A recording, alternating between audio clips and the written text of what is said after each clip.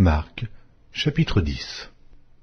Jésus étant parti de là se rendit dans le territoire de la Judée, au-delà du Jourdain.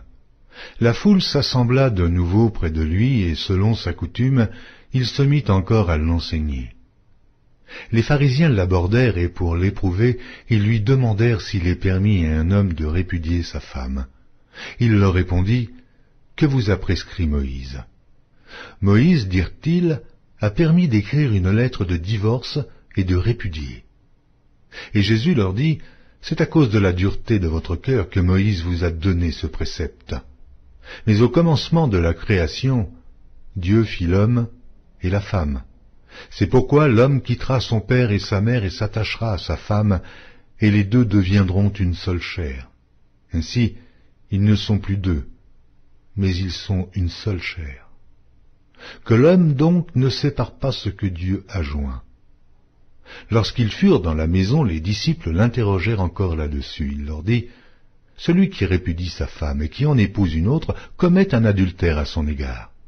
Et si une femme quitte son mari et en épouse un autre, elle commet un adultère. » On lui amena des petits-enfants, afin qu'il les touchât, mais les disciples reprirent ceux qui les amenaient. Jésus, voyant cela, fut indigné et leur dit, « Laissez venir à moi les petits-enfants et ne les en empêchez pas, car le royaume de Dieu est pour ceux qui leur ressemblent.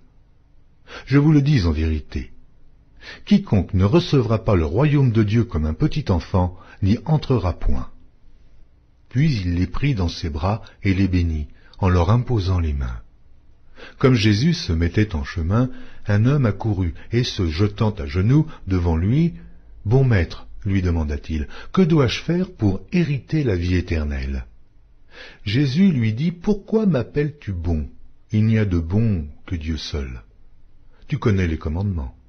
Tu ne commettras point d'adultère, tu ne tueras point, tu ne déroberas point, tu ne diras point de faux témoignages, tu ne feras tort à personne, honore ton père et ta mère. » Il lui répondit, « Maître, j'ai observé toutes ces choses dès ma jeunesse. » Jésus, l'ayant regardé, l'aima et lui dit, « Il te manque une chose.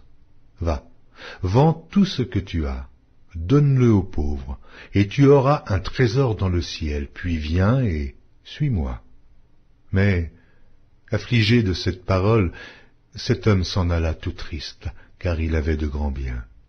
Jésus, regardant autour de lui, dit à ses disciples qu'il sera difficile à ceux qui ont des richesses d'entrer dans le royaume de Dieu.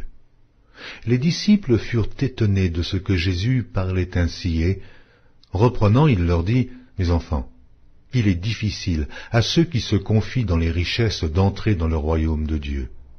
Il est plus facile à un chameau de passer par le trou d'une aiguille qu'à un riche d'entrer dans le royaume de Dieu. » Les disciples furent encore plus étonnés, et ils se dirent les uns aux autres, « Et qui peut être sauvé ?»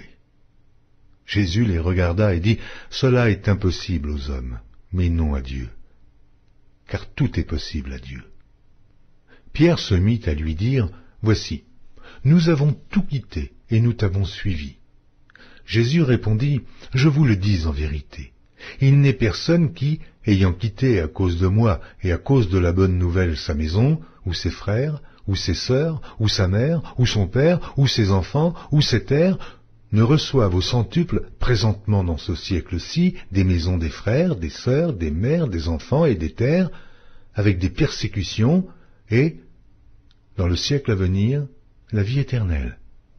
Plusieurs des premiers seront les derniers, et plusieurs des derniers seront les premiers. » Ils étaient en chemin pour monter à Jérusalem, et Jésus allait au-devant d'eux. Les disciples étaient troublés, ils le suivaient avec crainte. Et Jésus prit de nouveau les 12 auprès de lui, et commença à leur dire ce qui devait lui arriver. « Voici, nous montons à Jérusalem, et le Fils de l'homme sera livré aux principaux sacrificateurs et aux scribes. Ils le condamneront à mort, et ils le livreront aux païens, qui se moqueront de lui, cracheront sur lui, le battront de verges, et le feront mourir. Et, 3 jours après, il ressuscitera. » Les fils de Zébédée, Jacques et Jean, s'approchèrent de Jésus et lui dirent, « Maître, nous voudrions que tu fisses pour nous ce que nous te demanderons. Il leur dit, que voulez-vous que je fasse pour vous? Accorde-nous, lui dirent-ils, d'être assis l'un à ta droite et l'autre à ta gauche, quand tu seras dans la gloire. Jésus leur répondit, vous ne savez ce que vous demandez. Pouvez-vous boire la coupe que je dois boire, ou être baptisé du baptême dont je dois être baptisé? Nous le pouvons, dirent-ils. Et Jésus leur répondit, il est vrai que vous boirez la coupe que je dois boire, et que vous serez baptisés du baptême dont je dois être baptisé. Mais pour ce qui est d'être assis à ma droite ou à ma gauche, cela ne dépend pas de moi, et ne sera donné qu'à ceux à qui cela est réservé. Les 10, ayant entendu cela, commencèrent à s'indigner contre Jacques et Jean. Jésus les appela et leur dit, vous savez que ceux qu'on regarde comme les chefs des nations les tyrannisent et que les grands les dominent. Il n'en est pas de même au milieu de vous. Mais quiconque veut être grand parmi vous, qu'il soit votre serviteur, et quiconque veut être le premier parmi vous, qu'il soit l'esclave de tous. Car le Fils de l'homme est venu, non pour être servi, mais pour servir et donner sa vie, comme la rançon de plusieurs. Ils arrivèrent à Jéricho, et lorsque Jésus en sortit avec ses disciples et une assez grande foule, le fils de Timée, Bartimée, mendiant, aveugle, était assis au bord du chemin. Il entendit que c'était Jésus de Nazareth et il se mit à crier « Fils de David, Jésus, aie pitié de moi !» Plusieurs le reprenaient pour le faire taire, mais il criait beaucoup plus fort « Fils de David, aie pitié de moi !» Jésus s'arrêta et dit « Appelez-le ».